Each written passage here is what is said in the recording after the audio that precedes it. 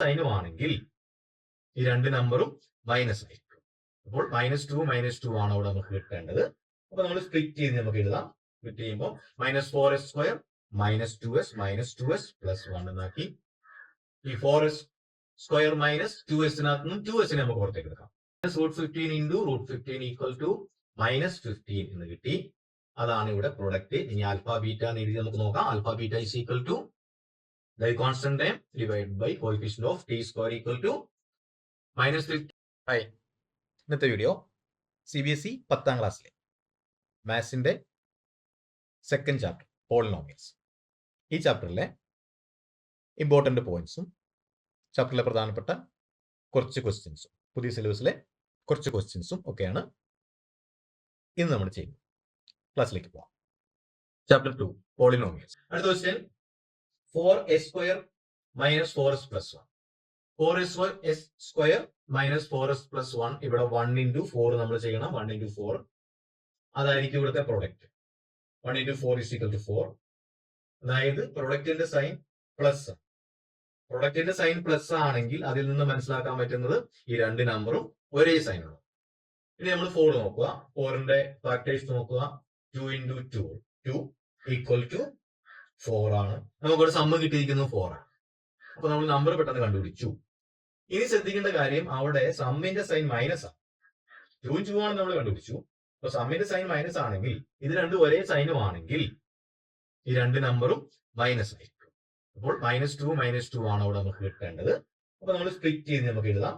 Split ചെയ്യുമ്പോൾ -4s² -2s plus 1 എന്നാക്കി. ഈ 4s² -2s-നകത്ത് നിന്നും 2s നമുക്ക് പുറത്തേക്ക് എടുക്കാം. അപ്പൊ 2s - 1 കിട്ടുന്നു. ഇപ്പോഴത്തെ ടേബിളിനകത്ത് നമുക്ക് -1 മാത്രമേ എടുക്കാൻ പറ്റുള്ളൂ. -1 പുറത്തേക്ക് എടുത്തു. -1 × 2s - 1 നമുക്ക് കിട്ടി. ഇനി ഈ രണ്ടിലും 2s - 1 കോമൺ ആണ്. അതിനെ പുറത്തേക്ക് എടുക്കുന്നു. 2s - 1 × 2s - 1 എന്നാണ് നമുക്ക് ആൻസർ കിട്ടുന്നത്.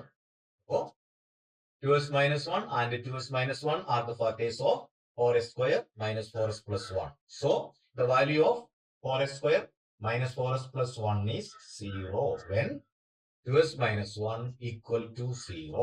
2s - 1 0 എന്ന് കിട്ടുന്നിടത്താണ് വീണ്ടും അത് തന്നെയാണ്. അപ്പൊ 2s - 1 = 0. ഈ വാല്യൂലാണ് ഇതിന് 0 കിട്ടുന്നത്. അപ്പൊ ഇനി നമുക്ക് s = എന്ന് കണ്ടുപിടിക്കണം. s = 1/2. അതായത് 2s = ആ 1 അപ്പുറത്തേക്ക് കൊണ്ടുപോകുന്നു. 0 അപ്പുറത്തേക്ക് കൊണ്ടുവന്നു. 2s = 1 എന്ന് കിട്ടുന്നു. Therefore s = പിന്നെ 2 ഇപ്പുറത്തേക്ക് കൊണ്ടുപോകുന്നു. അപ്പോ 1/2 എന്ന് കിട്ടുന്നു. s = വീണ്ടും 1/2 തന്നെ കിട്ടും. Therefore the zeros of 4s² -4s + 1 are 1/2 and 1/2.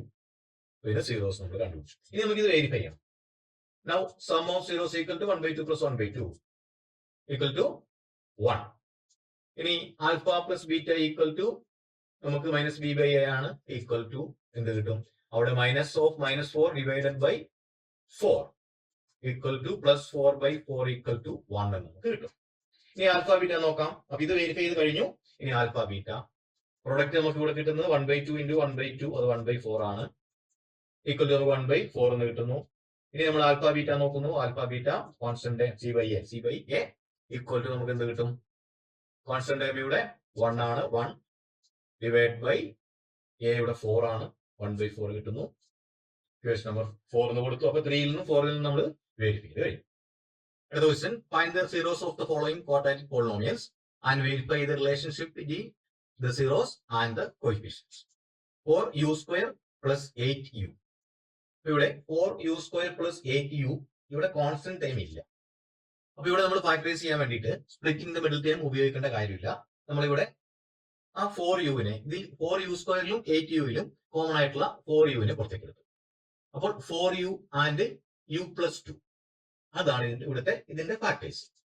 So the value of 4u² + 8u is 0 when 4u = 0 or u + 2 = 0. When u = 0 or u = -2. 4u = 0 ആണെങ്കിൽ 4നെ ഇപ്പുറത്തേക്ക് കൊടുത്താൽ 0/4 ആണ് കിട്ടുക. അപ്പൊ u = 0 ആണ്.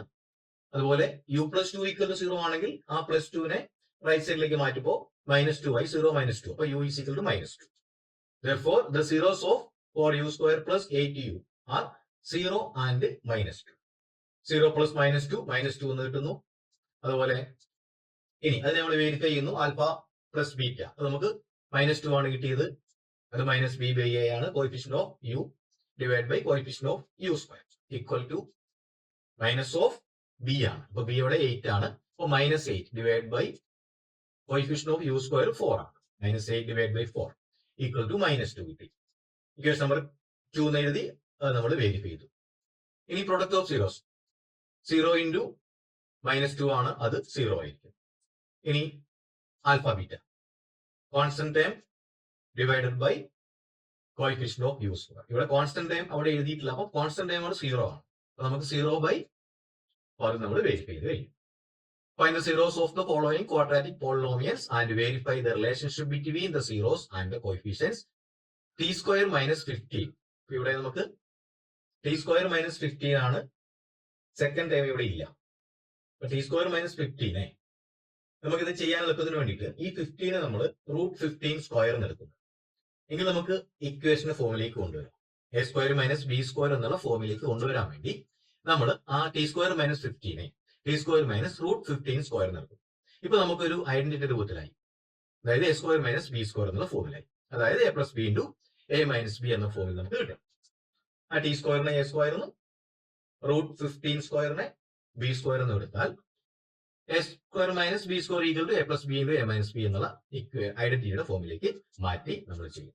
അപ്പൊ t plus √15 into t minus √15 എന്ന് നമുക്ക് കിട്ടും. അപ്പോൾ ടി പ്ലസ് √15 ഈക്വൽ ടു 0 അല്ലെങ്കിൽ T plus √15 and T minus √15 അതാണ് ഈ T square minus 15 factors. So the value of t square minus 15 is 0 when T plus √15 equal to 0 or t minus √15 equal to 0. അപ്പോൾ t is equal to √15 or t is equal to 15 എന്ന് നമുക്ക് √15 t is equal to minus √15 or t is equal to √15 എന്ന് നമുക്ക് കിട്ടുന്നു. Therefore zeros of t square minus 15 are minus √15 and √15. അങ്ങനെ നമ്മൾ zeros കണ്ടുപിടിച്ചു.